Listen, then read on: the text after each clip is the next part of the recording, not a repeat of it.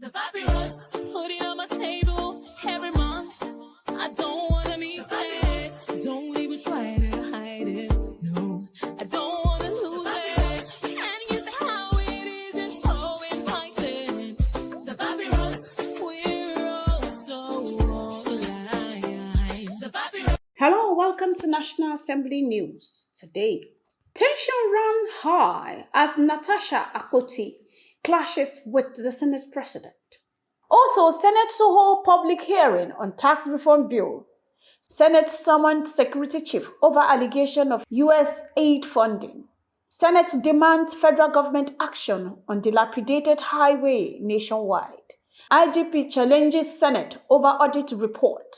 National Assembly backs FMB recapitalization.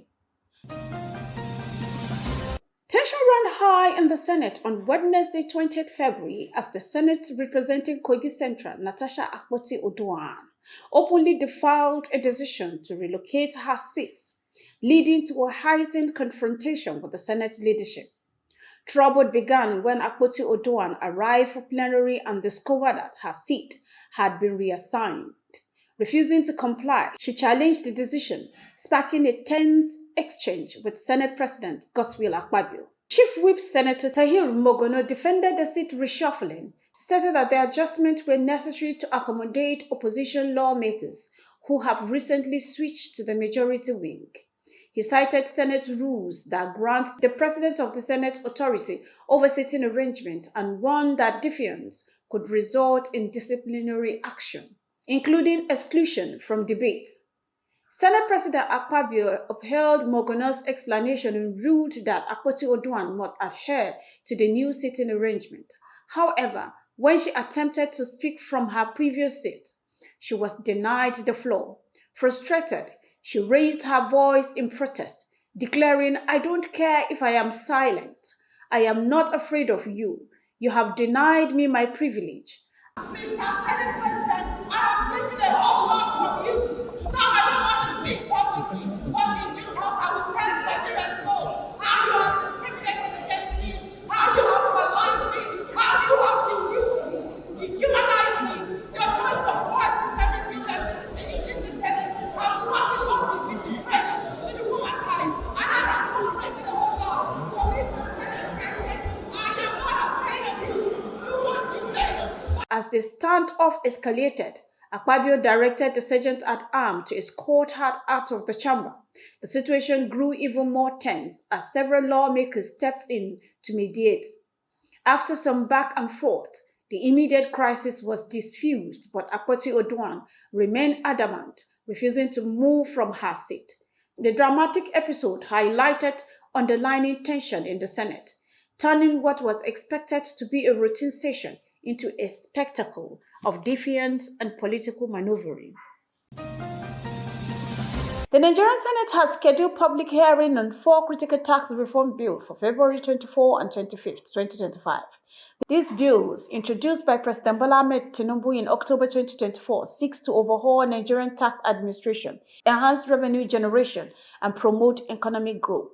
Chairman of the Senate Committee on Finance, Senator Sani Musa, emphasized that the hearing would allow stakeholders, including business leaders, tax experts, and the general public, to provide input on proposed reforms. He noted that the bills align with the federal government's broader economic agenda to streamline taxation, close loopholes, and create a more transparent tax system. Key government officials, including the Minister of Finance, Minister of Trade and Investment, and the Attorney General of the Federation, are expected to participate. The Senate aims to enact legislation that ensure a fair and efficient tax structure, providing sustainable funding for critical sectors such as infrastructure, education, and agriculture. The hearing will be open to the public, and submission from various sectors will be considered before the final legislative process. The Nigerian Senate has summoned the country's top security officials over allegations that the United States Agency for International Development, USAID, may have inadvertently funded terrorist groups, including Boko Haram. The claims were made by U.S. Congressman Scott Perry, who alleged that USAID's humanitarian program could be indirectly benefiting terrorist organizations operating in Nigeria. In response, Senator Ali Ndume, Borno South, raised a motion calling for an urgent security briefing, citing the devastating impact of Boko Haram's activities in the Northeast. The Senate seeks to investigate the credibility of these allegations and assess their potential implication for Nigerians' national security. The National Security Advisor, the Directors General of the Department of State Services, DSS, National Intelligence Agencies, NIA, and Defense Intelligence Agency, DIA, are all expected to appear before the lawmakers in a closed-door session. Senators have expressed deep concern over the possibility that foreign aid meant for humanitarian purposes might be fueling insecurity in the country. The Senate has also called for stricter monitoring of international aid programs to prevent misuse and ensure that funds reach their intended beneficiaries. The Nigerian Senate has called on the federal government to prioritize the rehabilitation of major federal highways, citing their deplorable condition as a threat to economic growth and national security. During a heated plenary session, senators expressed frustration over the poor state of road infrastructure across the country. They specifically raised concerns about the uneven distribution of funds, highlighting that Northeast region received a disproportionately small portion of the approved 4.2 trillion allocated for road construction and maintenance. Senator Danjuma Goje, Gombe Central, emphasized the urgent need to improve road in the Northeast, urging that the poor infrastructure is hindering economic activities, worsening insecurity, and also isolating communities. He urged the government to develop a comprehensive national strategy for road maintenance, with priority given to regional sufferings from long-standing neglect. The Senate resolutions call for an immediate audit of all federal roads projects to ensure equitable distribution of funds and accelerate the completion of stalled projects. Lawmakers have also urged the Ministry of Works to provide a detailed progress report on all ongoing road rehabilitation efforts. The motion is expected to put pressure on the executive arms of government to act swiftly in addressing the worsening road crisis across the country.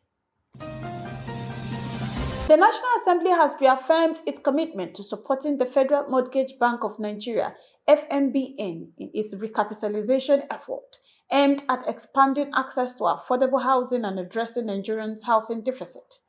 The chairman of the Senate Committee on Lands, Housing and Urban Development, Senator Aminu Tambuwa, made this known on Wednesday, 19 February at a top management retreat for the housing sector in Lagos. The event, organized by the Federal Ministry of Housing and Urban Development, focused on strategies to actualize the Renew Hope agenda for housing and urban development.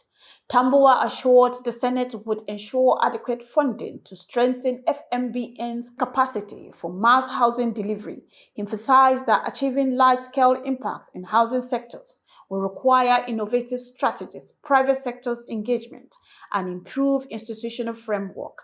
He also revealed that efforts were underway to reinstate the Federal Housing Authority, FHA, in the federal budget, enabling it to replicate past successes like Festac Town and Warimpa Estate.